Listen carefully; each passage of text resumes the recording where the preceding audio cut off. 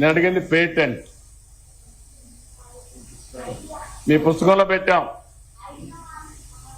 ఐడియాని.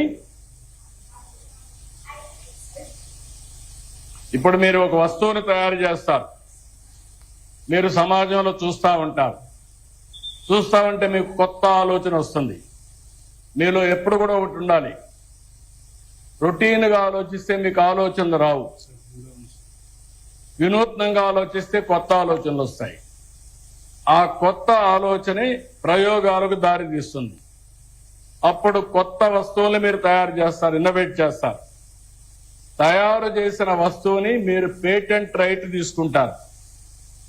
ఎందుకు patent right అంటే ఇది ఎవరు కాపీ కొట్టకుండా, మీరు తయారు చేసిన ఇంకొకరు కాపీ కొట్టి మీకంటే ముందు వాళ్ళు మార్కెట్లోకి వెళ్ళిపోతే మీ దానికి విలువ ఉండదు.